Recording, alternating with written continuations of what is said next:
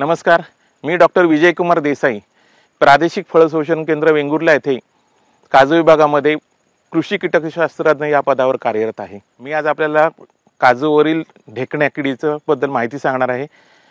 काजूवरील ढेकण्या ही कीड अतिशय महत्त्वाची कीड आहे, जिच्यामुळे आपल्याला फार मोठ्या प्रमाणावर पालवी, मोहर आणि फळांचं सुद्धा नुकसान होतं।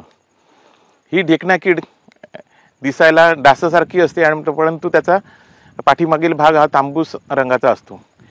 ढेकण्या किडीचे 3 प्रजाती आहेत। पहिली प्रजात आहे हेलोपेल्टिस अँटिनी नावाची आहे, दुसरी प्रजाती आहे हेलोपेल्टिस ब्रॅडी आणि तिसरी प्रजाती आहे हेलोपेल्टिस थिओरा। याच्यापैकी आपल्या कोकणामध्ये हेलोपेल्टिस अँटिनी नावाची जी प्रजाती आहे ती खूप मोठ्या प्रमाणावर आढळते आणि तिच्यामुळेच आपल्याला आपल्या काजू पिकाचं नुकसान होतं। पहिल्या सुरुवातीला पावसाळा संपल्यानंतर जेव्हा पालवी यायला सुरुवात होते त्यावेळी ह्या ढेकण्याचे प्रौढ असतात, ते ॲक्टिव्ह होतात आणि ते ह्या कोवळ्या पानांमध्ये, पानांच्या शिरांमध्ये अंडी घालायला सुरुवात करतात। अंड्यातून आलेली पिल्लं पानातील देठातील, कोवळ्या पानातील देठातील अन्नरस शोषून घेतात। आपण इथं बघाल, या ठिकाणी ढेकण्या किडीचा आपल्याला प्रादुर्भाव दिसून येतोय। इथं तिथं आपली ते डासासारखी सोंड असते, ती आतमध्ये खूप असतात आणि त्याच्यातून अन्नरस शोषून घेतात। बाकीच्या किडींपेक्षा याच्यामध्ये एक वेगळे म्हणजे काय आहे तर जेव्हा रस शोषणारी ते सोंड खूप असतात तेव्हा त्याच्यामध्ये एक विषारी पदार्थ आतमध्ये सोडतात, त्यामुळे ह्या सगळीकडे बारीक बारीक बारीक असे तांबूस तपके रंगाची ठिपके होतात। एक ढेकण्या कीड जवळजवळ 50-60 काही वेळेला 70-80 ठिकाणी सुद्धा छिद्र पाडू शकते आणि ही छिद्र नंतर एकत्र यायला लागली की असं सुकलेलं आपल्याला तांबूस तपके रंगाचं आपल्याला हे दिसून येतं।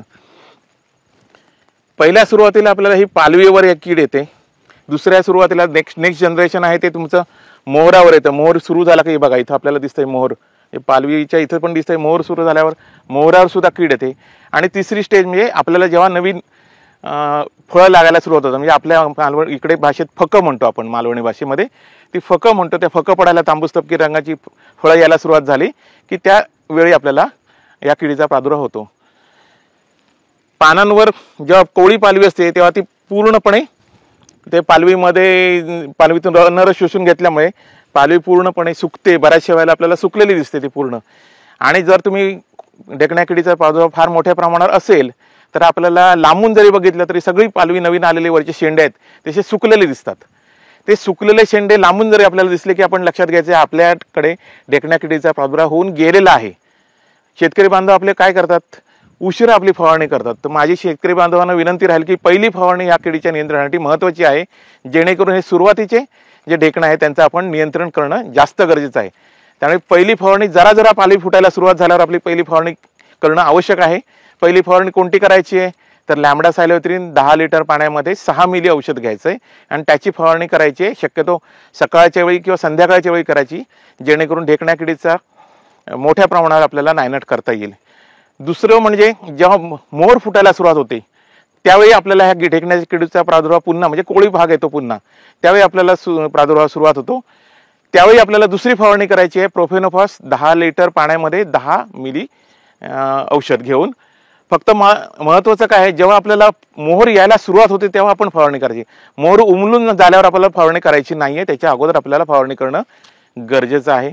तिसरी गोष्ट म्हणजे जेव्हा आपल्याला तांबूस तपकी रंगाची फळं यायला सुरुवात होतात तेव्हा आपल्याला फवारणी करायची, म्हणजे छोटी फकं असताना त्यावेळी आपण फवारणी करायची आहे। ते पुन्हा आपण लॅम्बडा सायलोथ्रिन, म्हणजे आपली पहिली लॅम्बडा सायलोथ्रिन आहे, दुसरी आहे प्रोफेनोफॉस आणि तिसरी आपल्याला पुन्हा फवारणी लॅम्बडा सायलोथ्रिन 10 लिटर पाण्यामध्ये 6 मिली औषध घेऊन करायची आहेत। शेतकरी बंधूंनो, ही कीड सगळ्यात महत्त्वाची आहे काजूमध्ये, कारण आपल्याला पालवी सगळी नाहीशी झाली की तुम्हाला फलधारणाही होणार नाही, मोहरही येणार नाही। त्यामुळे पहिली फवारणीकडे दुर्लक्ष करू नका, पहिल्या फवारणीकडेच लक्ष देणं जास्त गरजेचं आहे, जेणेकरून आपण ढेकण्यापासून नियंत्रण मिळेल। या किडीचं नुकसान कितपत होतं तर पालवीचं नुकसान जवळजवळ 25 ते 30% होतं, मोहराचं नुकसान जवळजवळ 25 ते 30% होतं आणि फळाचं नुकसान 15 ते 20% होतं। म्हणजे पालवी वाचवणं म्हणजे ढेकण्या किडीचं आपल्याला योग्य पद्धतीने नियंत्रण करणं होईल।